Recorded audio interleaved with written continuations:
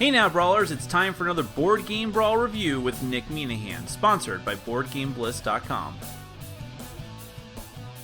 Hey peeps, today we're going to take a look at Magic the Gathering Arena of the Planeswalkers Shadows over Innistrad from Hasbro / Wizards of the Coast.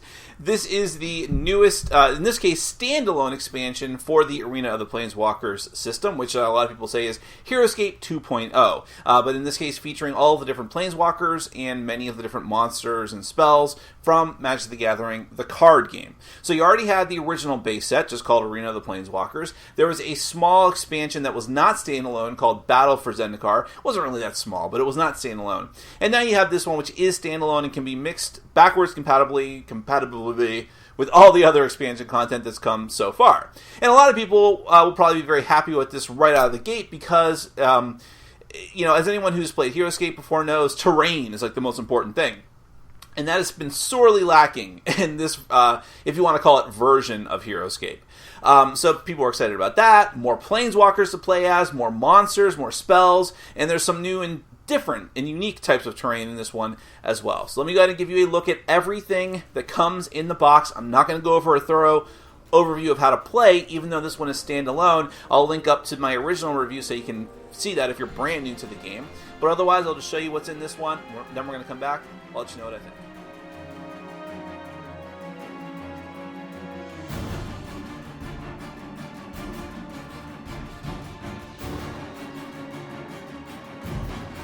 Shadows over Innistrad is a standalone expansion for Magic the Gathering Arena of the Planeswalkers, and it's based directly off of the Magic card game expansion of the same name. Elements from this expansion can be played with on their own, or mixed together with the original game and the smaller Battle for Zendikar expansion, which is not standalone. We'll work through the less interesting stuff and work our way up to the important stuff. Shadows has all of the basic components of the original set, including combat dice, a d20, wound markers, single terrain tiles, and the ridiculously small round marker for the terrible round track that's actually on one of the rulebook pages for some godforsaken reason. New to this expansion are counters, which are placed on creatures due to certain Planeswalker abilities and card effects, and represent +1 bonuses to power or toughness, or charges for activated abilities. Glyphs in general are not new, but these two particular types are. The Recall Glyph is a one-time use power that lets you take a spell back from your graveyard. The Glyph of Healing stays in place and heals the figure that's on it by 1 point when it starts there. There are new map tiles, and they're mostly unremarkable except for weirded ground spaces, which have different effects depending on whatever the scenario says they are, and road spaces, which gives you 3 extra spaces of movement if every space of your movement is on the road spaces. A brand new type of terrain in this set is the Cryptolith, of which you have 3, along with the double land tile bases that they easily plug into. Cryptoliths may have different special effects depending on the scenario rules, but their basic use is to perch on it. It takes 4 spaces to scale a Cryptolith and occupy the top space, and you can treat the point on the top of it as the beginning of your line of sight. Cryptoliths can also be destroyed, which again may be beneficial depending on whatever the scenario says that they do. There are 4 new Planeswalkers the players can take control of. 3 of the 4 are dual colored, which means they can build their spell deck and construct their army using cards from both colors. The black-white vampire Soren Markov can suck blood and thereby heal his own damage, and do a whirlwind blade attack that hits everything around him. Nahiri the Lithomancer is red-white and has some crazy abilities that let her move through stone and create land tiles. There's a new Jace Beleren in this expansion, also blue, with different abilities than the original. He can guess the top card of a player's deck, and if he's correct, he gets to use it right away, and then return it. He also gets extra points to build his spell deck. Finally, Arlen Cord, who is green-red, has the special ability to transform into a werewolf form, which is stronger and faster. There are new creatures for the Planeswalkers to summon as well, of course. For white, there are 3 Abyssinian Inquisitor models, which give themselves and other allied creatures +1 attack counters. Avacyn the Angel flies and deals damage to all adjacent enemy creatures. Black, shockingly, has evil and undead stuff. Ghoul Vanguard can bring back defeated squad creatures it kills as zombies, which it lets you control. The Skursdag cultists can hurt themselves to increase their power and bring themselves back from the graveyard.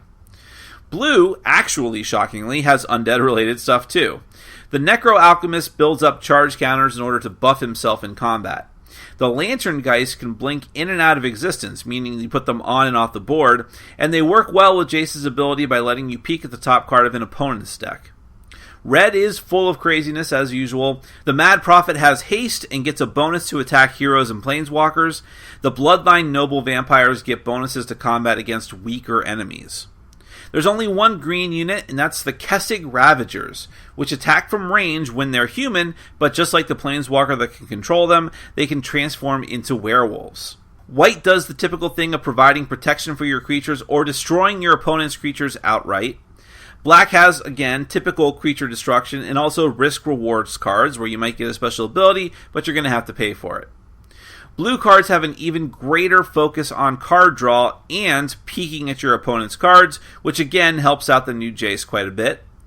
Red has always been the destruction color, and that's on full blast here, no pun intended. Psych, yeah, it's totally intended. Damaging and destroying creatures left and right. And finally, green is even more predatory than usual due to the whole werewolf thing, with cards enhancing your creature's ability to kill your opponent's creatures. That is everything in the new Shadows over Innistrad expansion for Magic Arena of the Planeswalkers.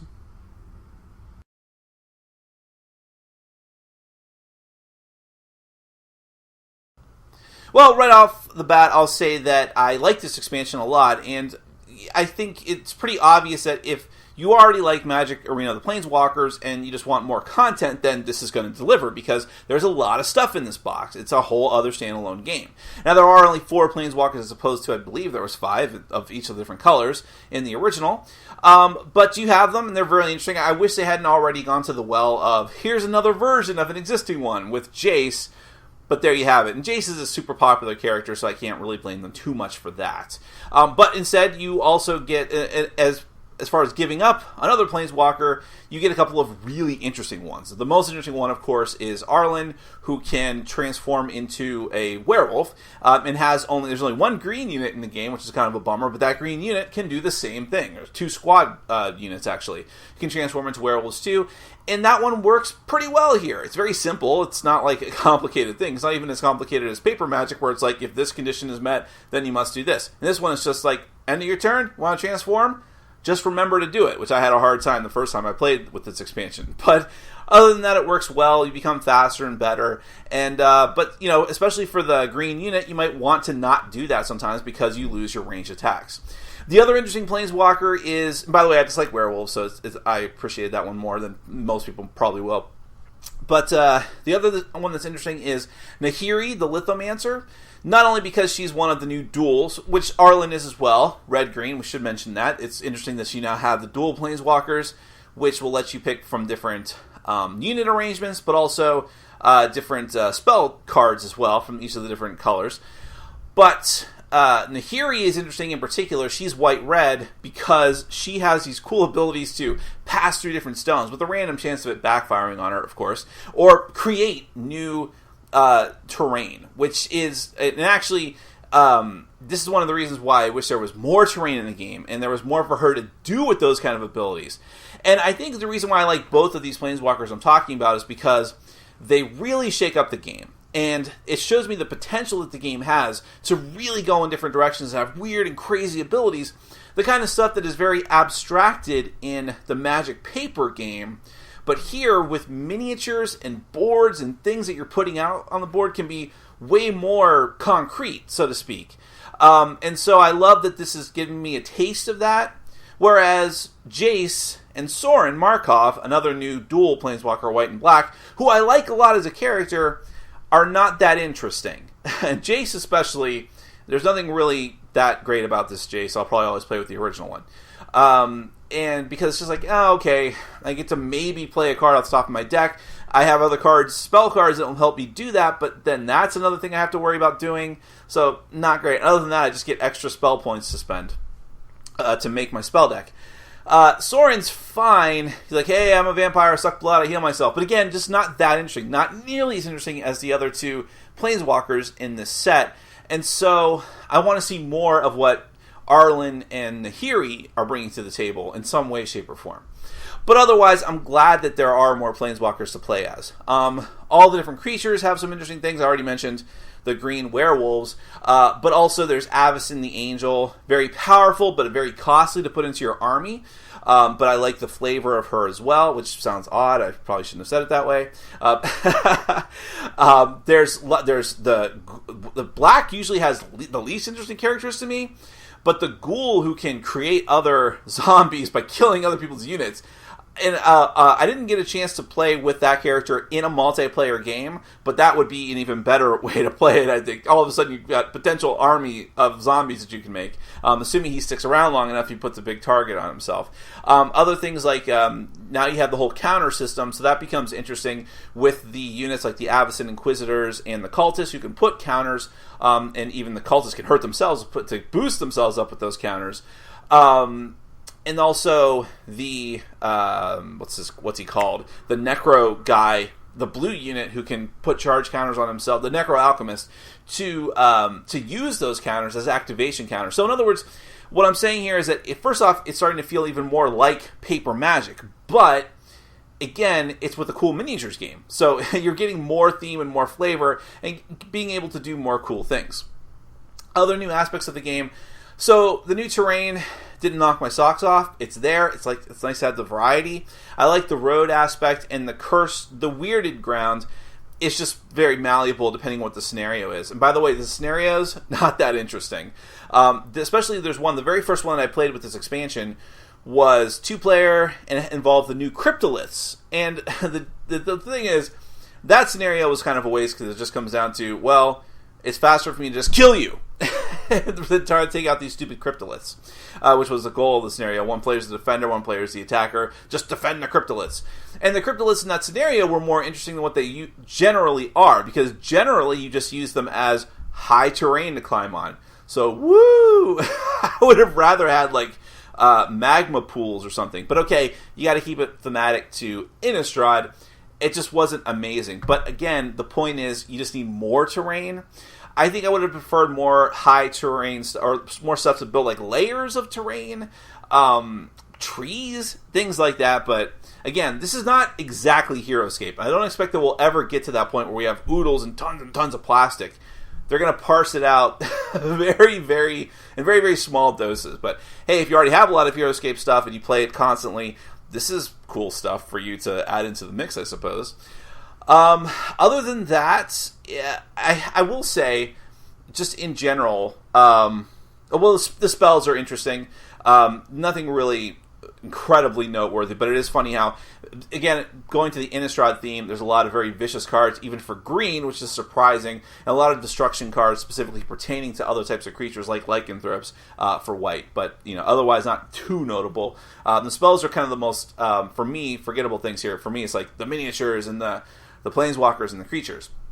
But just in general, having played this for the first time since I played with the Battle for Zendikar expansion, which was like 6 months ago, around Christmas time, 7 months ago, I forgot how incredibly random this game is, and I don't think that anything in this expansion helps that very much, and I think that's going to be the big problem moving forward with this game, because I kind of gritted my teeth through it when we had like one bad game of it, and then another game of it we played with this expansion, mixing it together with the original stuff.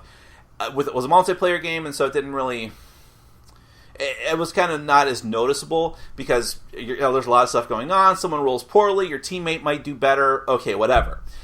But for people that the person I played with in the very first game that was just a 2-player game, the Battle for the Cryptoliths, it was incredibly noticeable how it just came down to randomness. And we both rolled incredibly poorly. I ended up winning, but I felt no joy in it because it could have easily been him because of how really shittily we both rolled.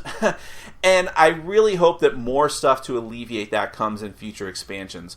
More ways to... I think the counters are a good way, but that's, again, just increasing the amount of dice that you roll. So it'll be interesting to see how they handle that in the future, if they handle it. Or if they make any more drastic changes to the game. I hope that they do. They've had some good concepts so far with the new Planeswalkers in this set. Also with the in Battle for Zendikar, the whole one versus all versus the giant Eldrazi, really cool thing. I want to see more of that. But still, I do like Magic Arena for the Planeswalkers, and there's a lot of potential here they just haven't tapped into yet. So that is the newest expansion, Shadows over Innistrad, or something from Innistrad for Magic the Gathering Arena for the Planeswalkers. If you already like the game, I recommend it. Thanks for watching. Follow us on Facebook, Twitter, and Patreon. And make sure to check out our sponsor, Board Game Bliss, where you can find an amazing selection of games from around the world. BoardGameBliss.com. Thanks for your support.